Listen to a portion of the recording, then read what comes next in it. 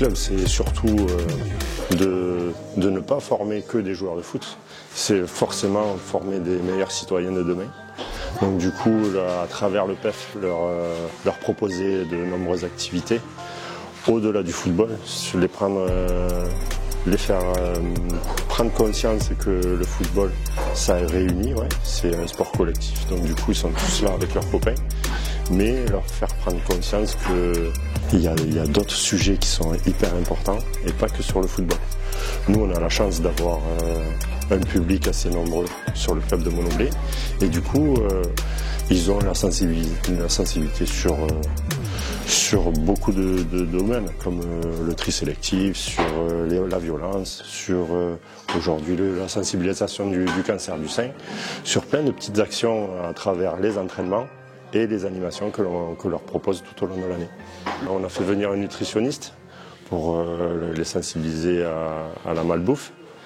On a fait intervenir une personne l'année dernière sur les violences des réseaux sociaux. Bon match, l'hashtag bon match sur les incivilités. Donc du coup on a fait participer des U13 et des U11. Ça a très bien fonctionné parce que du coup ça allait faire aussi parler.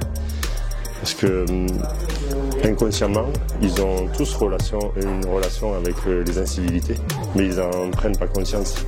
Et du coup, c'est en posant le problème et en les faisant parler que de suite, hop, ils arrivent à comprendre les choses. Et du coup, avec une meilleure communication, eh bien, on arrive à faire ressortir les mots. On a installé une boîte à mots, mais du coup, on n'explique pas assez. Et du coup, on n'arrive pas à avoir assez de petits papiers. Ils ont l'impression que voilà, c'est compliqué à mettre par écrit les sentiments. Les parents sont surpris. Ils sont très surpris que nous sommes engagés dans cette optique-là. Ils sont contents de voir que leurs enfants puissent exprimer leurs mots parce qu'il y a des fois il y a des problèmes de communication au sein de la famille. Et savoir écouter les enfants, du coup ça les libère et on a l'impression qu'ils se sentent mieux dans leur peau. Et au moins ils ont des personnes à qui venir parler.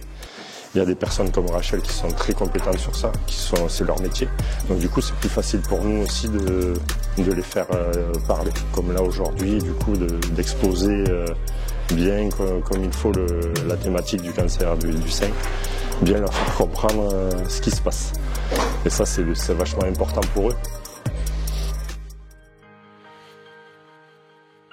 Il y a 3 ans, j'ai perdu ma maman d'un cancer. Ça a commencé du sang.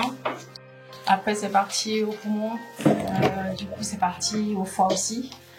Malheureusement, elle n'avait pas beaucoup de chance de survivre. Elle a beaucoup souffert.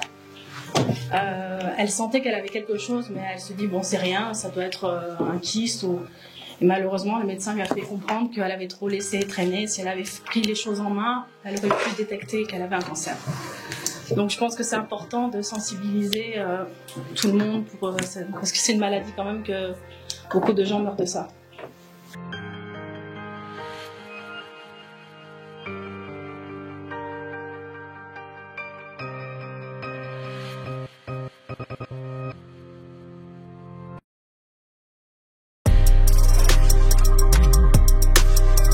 Alors aujourd'hui on avait envie de proposer pour cette journée d'Octobre Rose, qui était une grosse journée sur Monoblé, on avait envie de proposer un petit peu autre chose et de les sensibiliser au cancer du sein et faire voir autre chose que le foot.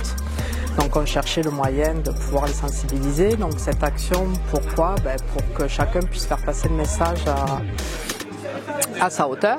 On a proposé des U13 aux U15 de dessiner, faire une lettre pour leur maman et de faire passer le message aux mamans. Certains ont fait une dictée, on leur a proposé de le faire sous forme de dictée et d'autres juste un message en découpant ou en écrivant eux-mêmes un petit message destiné à leur maman, recopier le texte qui nous était proposé ou bien tout simplement écrire ce qu'eux avaient envie de dire à leur maman.